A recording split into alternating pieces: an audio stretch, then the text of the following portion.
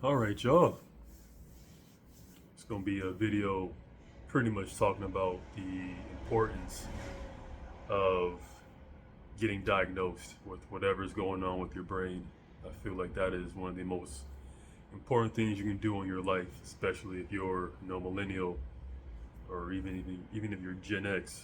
You guys are still figuring these things out. This new information we're getting, but especially even Gen Z. But you guys are a lot further ahead than we are. Finding out what's going on with your brain and really getting to the root of it and not just skimming the surface level.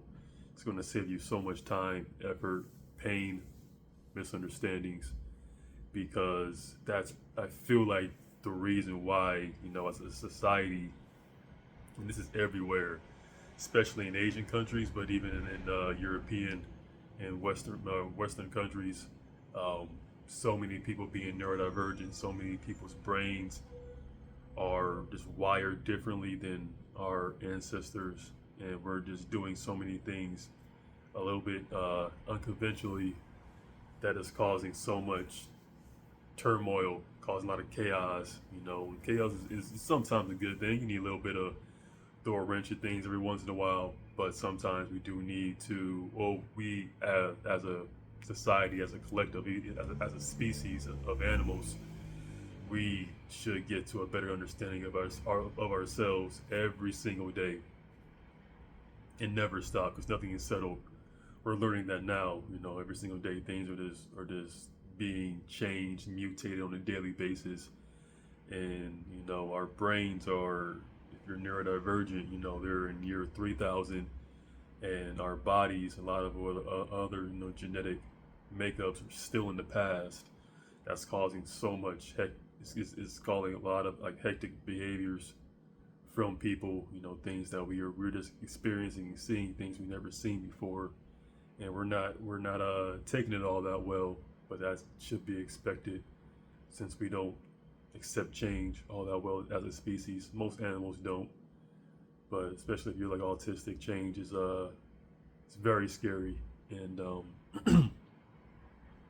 speaking for myself, I got diagnosed with autism and ADHD of December of 2023, and I was already diagnosing myself years before that, but that was just something I really had to get for myself, especially in the Black community here in America, because it always confused me on why I didn't get this diagnosis much earlier on. A lot of kids I've been reading get those diagnoses of at least autism, especially where I am, which is on the Asperger syndrome or spectrum.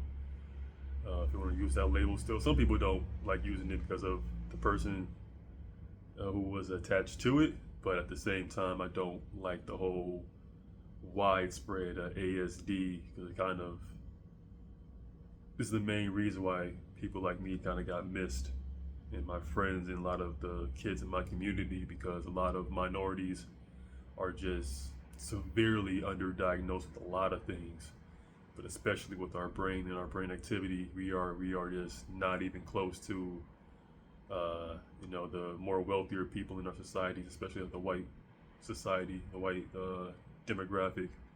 They are way ahead of us in this field, especially with people giving out information online. The vast majority of them are not Black, even though so many Black kids do have autism.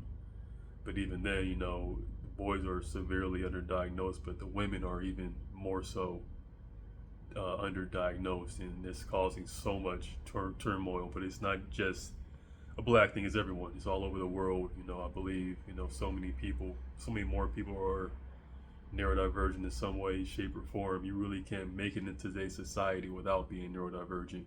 Or how fast-paced things are, how quickly things change. They need new ideas. They need new information. And they need them to be right, correct. You need to be very good at them, and people on the spectrum are just, we excel at those things. And a lot of it's very specific things.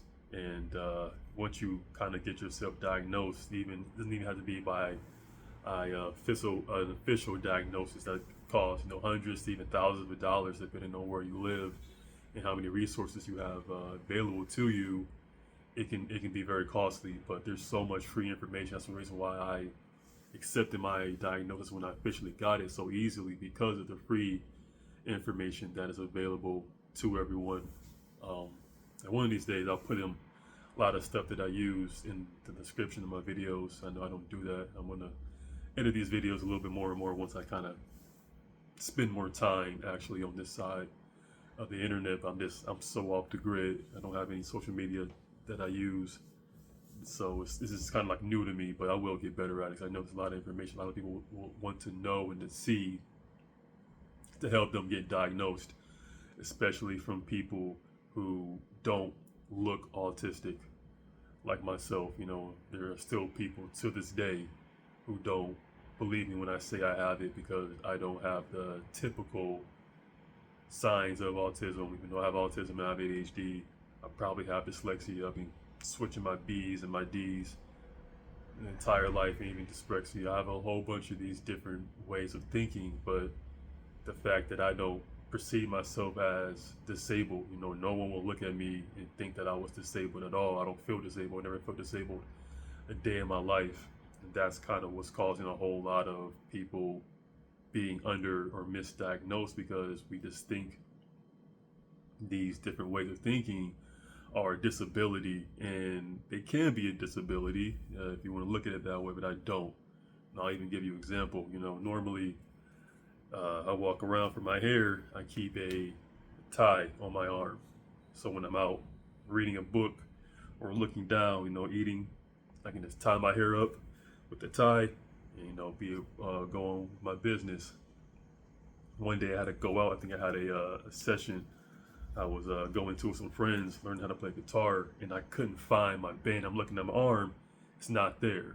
And at this time, I did not have the new skill that I learned about looking, like having, if I put specific things in a specific place, I normally put them in like 5 places.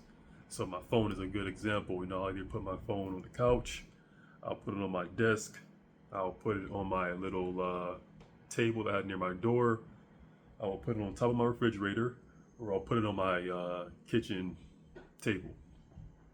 And if I don't know where my phone is, I'll check those 5 places, and that's normally where they are. And that's kind of what helps me now to organize things. That's very much part of my ADHD, where I just put things in specific spots so I can save time and not spend time looking for things. I just know where they are. That's why I have bins and tables set all over my apartment for specific things, and kind of conflicts with my ADHD, because when they're not there, I kind of, all hell breaks loose. But I couldn't find my band. I didn't know where it was, and I spent almost 40 minutes. Like, I didn't have that many bands. I have a lot more bands now. I didn't have that many ties in my house at the time, so I just pretty much flipped my entire apartment upside down looking for this band. I couldn't find it. I ended up, being like, whatever, going to the session. Obviously, I'm a little late. And when on the way there, I, driving, looked down at my left arm, and there it is. Driving down there and see it right there. And I'm like, I can understand in that moment why someone would think that they're disabled, because I still to this day don't know why would I do that to myself, putting my rubber band that's normally on my right arm on my left arm. I feel like I might have been playing a trick on myself by doing that, or maybe I might have been, trying to better myself. I'm not really sure. I don't see my brain as playing tricks on me just to mess with me. I think it's everything that I do is for my benefit in some way, shape, or form, even it might be more sadistic. I think I might be like a sadomasochist a little bit. I think a lot of autistic people are. That's a different tangent. But I can understand with that example how people can see how their brain is wired as a disability. I can only imagine someone who doesn't have their lives as organized as mine going through something similar as that on a daily basis and being like, this is kind of like ruining my life, you know. And that's why they can kind of get themselves kind of sedated on these pills, because of how hectic, how their brain is wired, is causing problems in their lives. But I think it's the other way around. I think how society makes us live our lives is causing so much hectic behaviors from our brains. But if we were actually allowed to kind of calm down, take time to take inventory, get the nuance of the world, we can actually use our brains for how they're supposed to be used. So I know how my apartment is set up, that the vast majority of the time my ADHD has saved me so much time and energy. You know, like with my band, I keep it here on my stand next to my couch, so I at least know where they are if they are on my arm. You know what I'm saying? I keep one on my arm, I keep one on the stand, I keep one on the table by my door, I keep one in my truck. You know, I know where they are, to where that story, you know, with the one being on my left hand, even if that did happen again, I know where the other ones are. So I can have one on my left hand that I'll eventually find and put the one on my right hand so I know where it's at. Because I always carry it with me since my hair is getting so much longer and longer. But, you know, going back to, you know, me getting diagnosed, I can only imagine if I went through that without that diagnosis, without any knowledge of ADHD, and how that can just cause so many conflicts in my life, to where I will feel as if things in my life were just not making sense. That things were just like, there's something wrong with me. That'll probably be a good way of viewing that. So if there's something wrong with me, something wrong with my brain, I can't go and I can't really, what's the word I'm looking for? I can understand why, you know, we feel like we can't go and just function normally in society, because one thing happens and it's just like a domino effect and it ruins everything. And I feel like we should just take that time to sit down, take some downtime, and be like, how much is this actually my fault versus how much is this something that the society just hasn't caught up to, how our brains are just advanced so much in this shorter period of time because of, you know, the internet and this technology. You know, mankind has just kind of leapfrogged so many, other animals because of how we think, but just causing so much issues in our lives. But I notice so many people, you know, are you know, diagnosing themselves with, you know, bipolar disorder, you know, schizophrenia. They're saying that there's something, you know, something that's really wrong with them.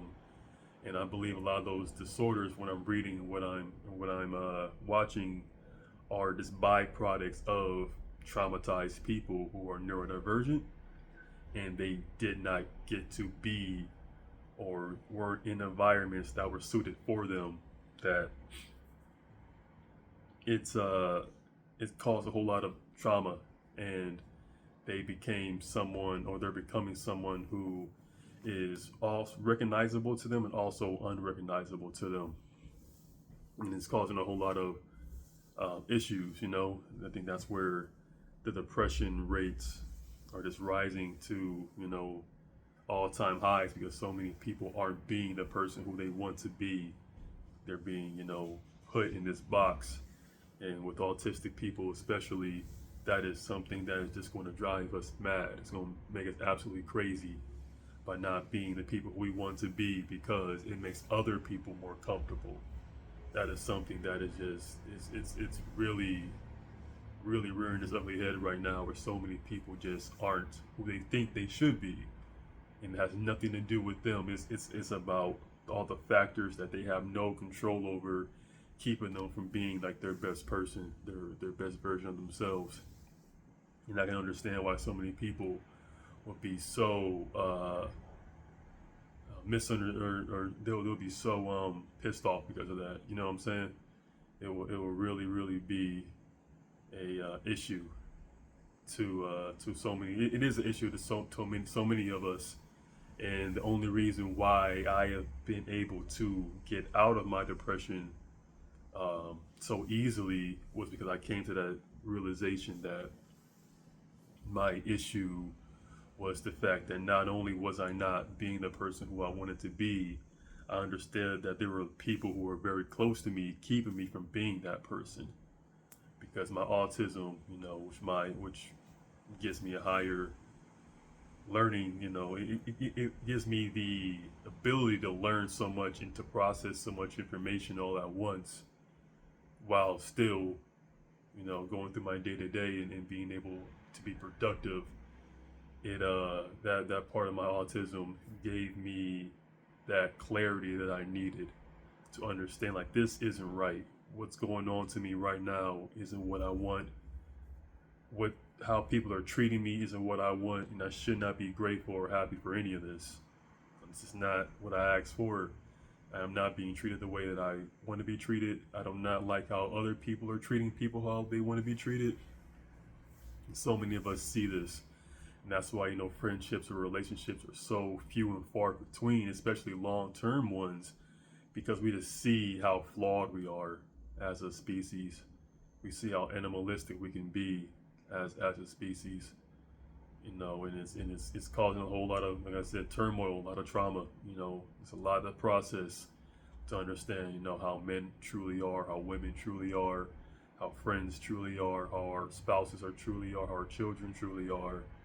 At least to a little bit more than a surface level. We're still missing a lot of nuance. We aren't giving people a lot of grace for why they are and how much people can change who they are. You know what I'm saying? Like, we don't get to choose our parents, but a lot of who our parents are, a lot of who our ancestors are, dictates who we are today.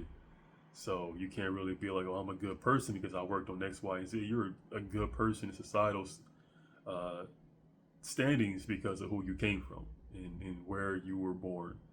Those are like the biggest factors, not so much of who you think you are and what you've done. I know, my intelligence isn't because, I read all these books and did all these things. I read all these books, did all these things, watched all these interviews, podcasts, read all these articles because of who I came from. I can look at so many people in my family and why they're so successful and why they're doing better than the average person, especially the average black person. It's because of, who we came from. I know I came from a lot of very successful people in my recent family, and also in my very, very long lineage. I know the vast majority of people in my life have done great things. I might not know who those people are, and a lot of us don't know where we came from, because our history has been so, disjointed, so entangled. But I just know I came from a lot of very great people, a lot of very great black people, and I'm very grateful for that. And I can't take so much credit for like who I became and what I do on a day-to-day basis. I know a lot of that was pretty much set in stone way before I was even born. But just getting to that knowledge is part of, my autism, is just understanding that nuance of who I am and how I got to this point, and what I have to do to maintain who I am and continue moving forward towards my goals. But getting to this knowledge took the courage of getting myself diagnosed, even self-diagnosed first, then officially diagnosed. And I see like that is definitely something that is missing, is that people don't have the courage to get themselves diagnosed, because there aren't that many people who are just openly saying that, oh yeah, by the way, I am neurodivergent, I have autism, I have ADHD, dyslexia, dyspraxia, all these other things. And also I don't feel disabled. That should be another part of it. I don't feel disabled. I do have my autistic, disabled, ADHD moments, as I told you, and I probably have a bunch of those. I don't really. I have those type of moments a few times a day where something isn't where it needs to be, and I kind of slowly start to lose my mind a little bit, because I know I put this there. I know I put this always there. I always put that there. But sometimes, life throws a curveball, those little wrenching things. You just might put something down or put something somewhere that you never put it there before.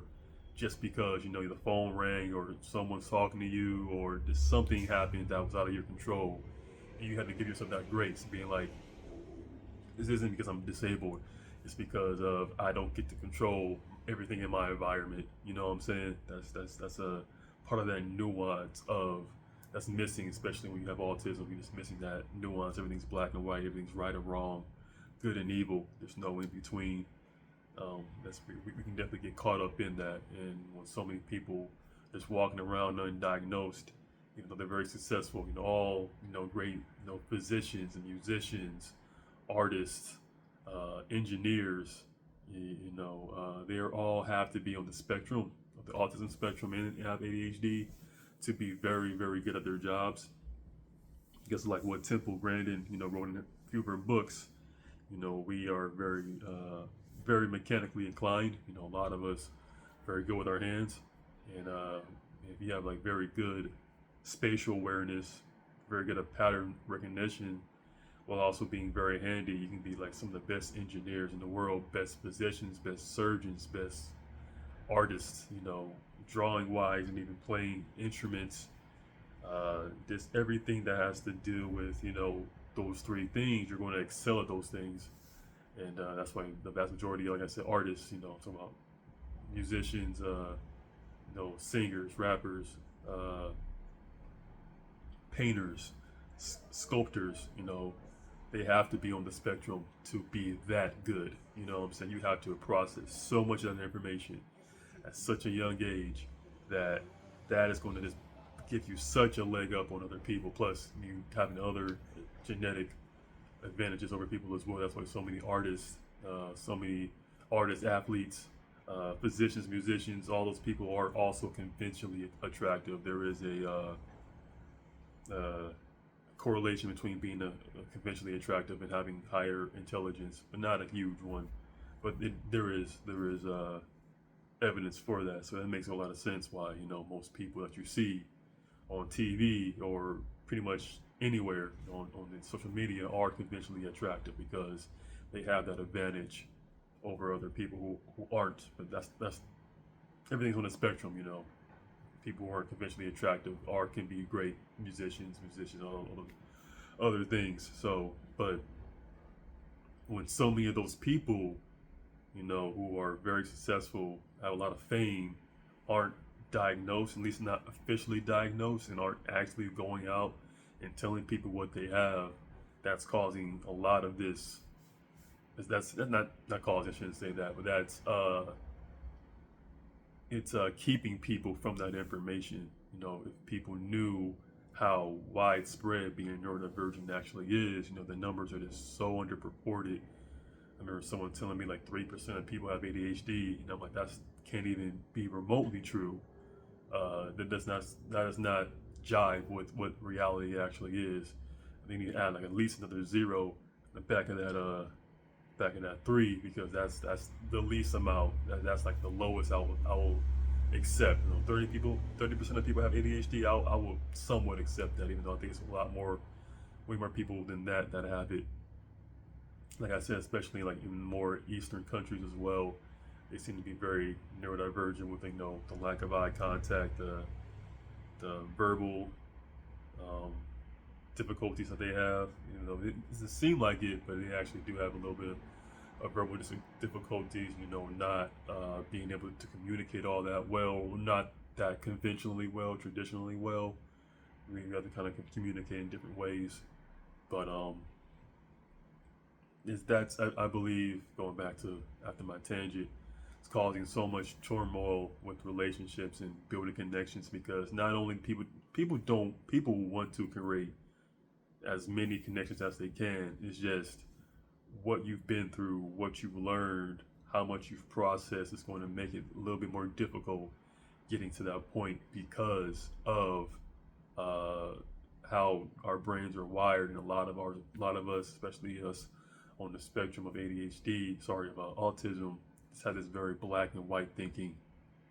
It's very much that or that, this or that, good or bad, and it's we're missing so much more of what people can actually become and who people actually are We just aren't giving ourselves that grace that it's very convenient just to paint everybody on a very wide brush and be like, everyone's that and they're all this and I'm right and they're wrong, and without missing all that, juicy nuance that I keep talking about, that is makes what makes humans human. You know what I'm saying? There's so much more to us than we'll ever know, and we're still finding out every single day. Nothing is settled about who we are, who we can become. No one, absolutely no one, thought that all the technology that we've been creating for the past, since the beginning of time, but over the past 100 or so years, that this will just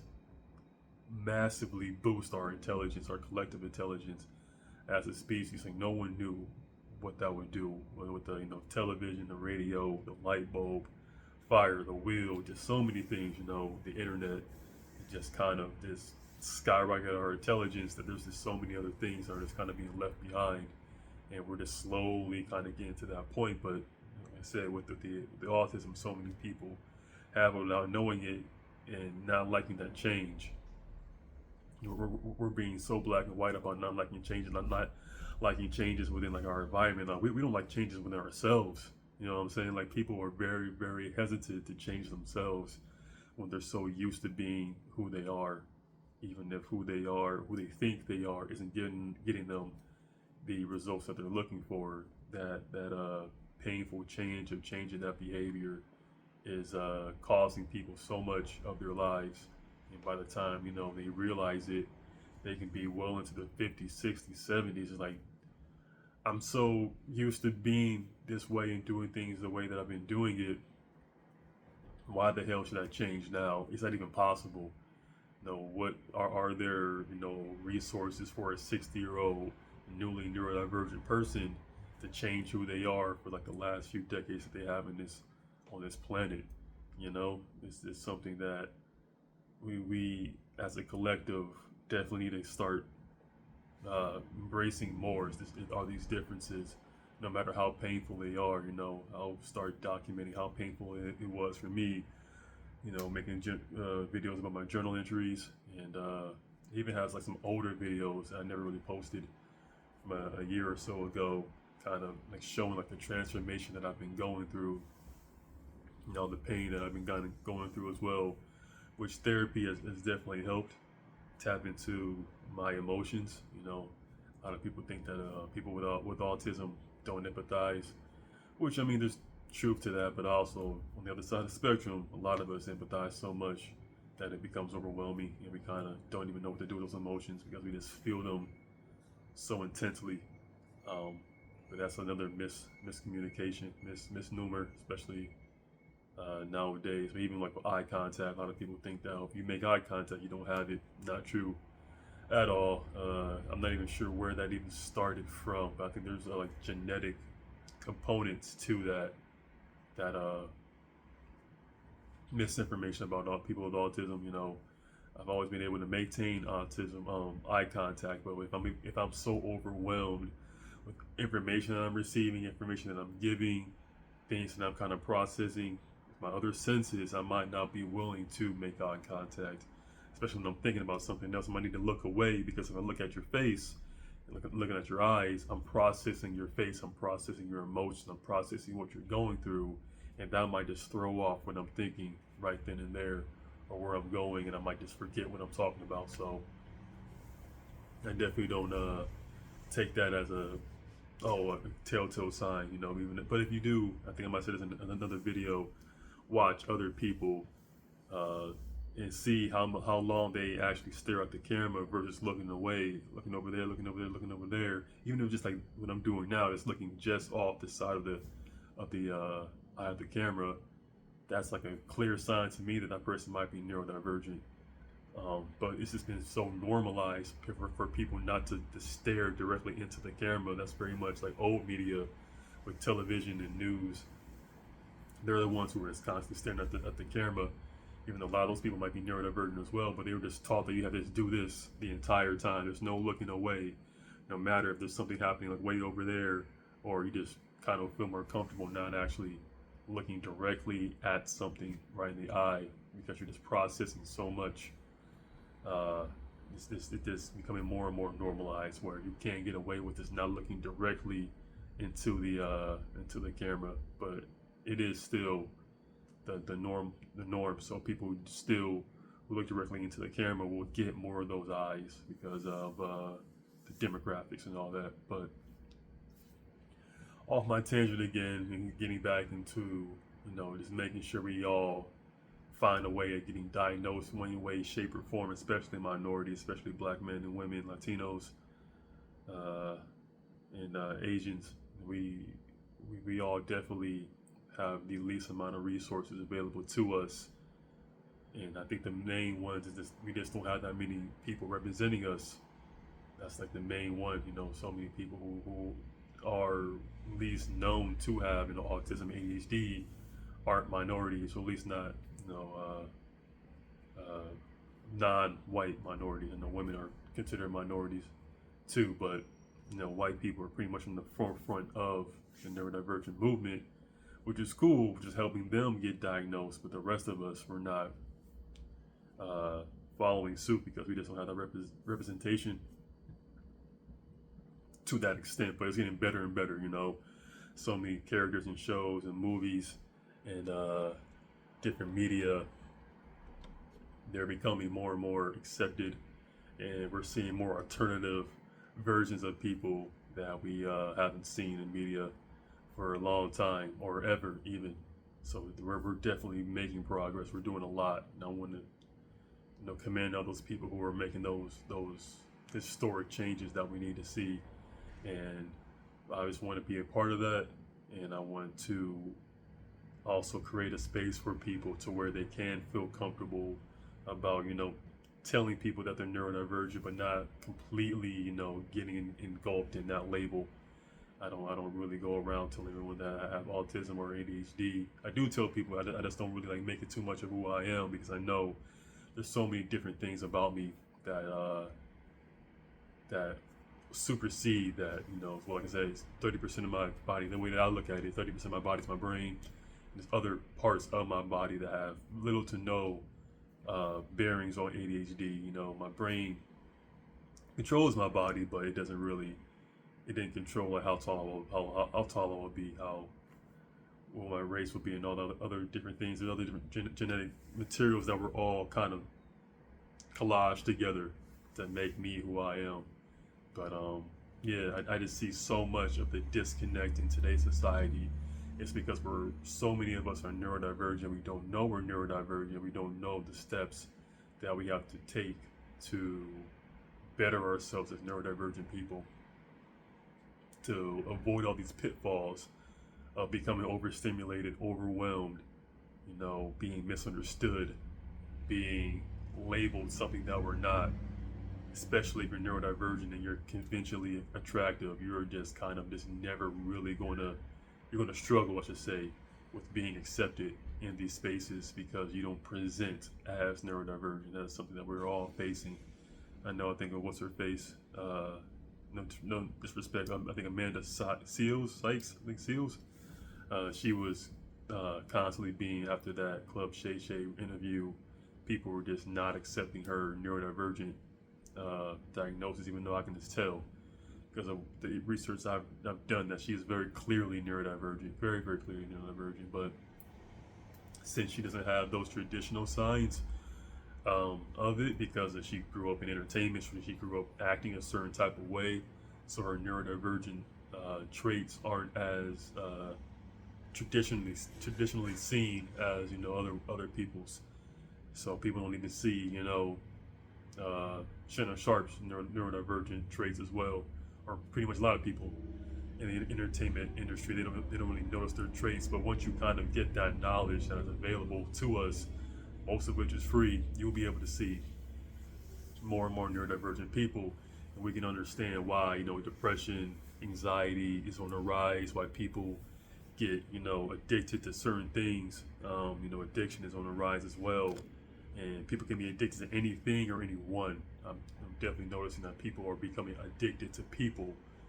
I did not know that was a thing until I started really researching about ADHD and addiction and impulse control, and why so many people struggle with that, including myself. You know, we all go through that, where you can literally become addicted to a person's personality, to a person's mannerisms, to a person's way that they do it and do things. And if you don't have that, you can kind of go a little left, go a little crazy.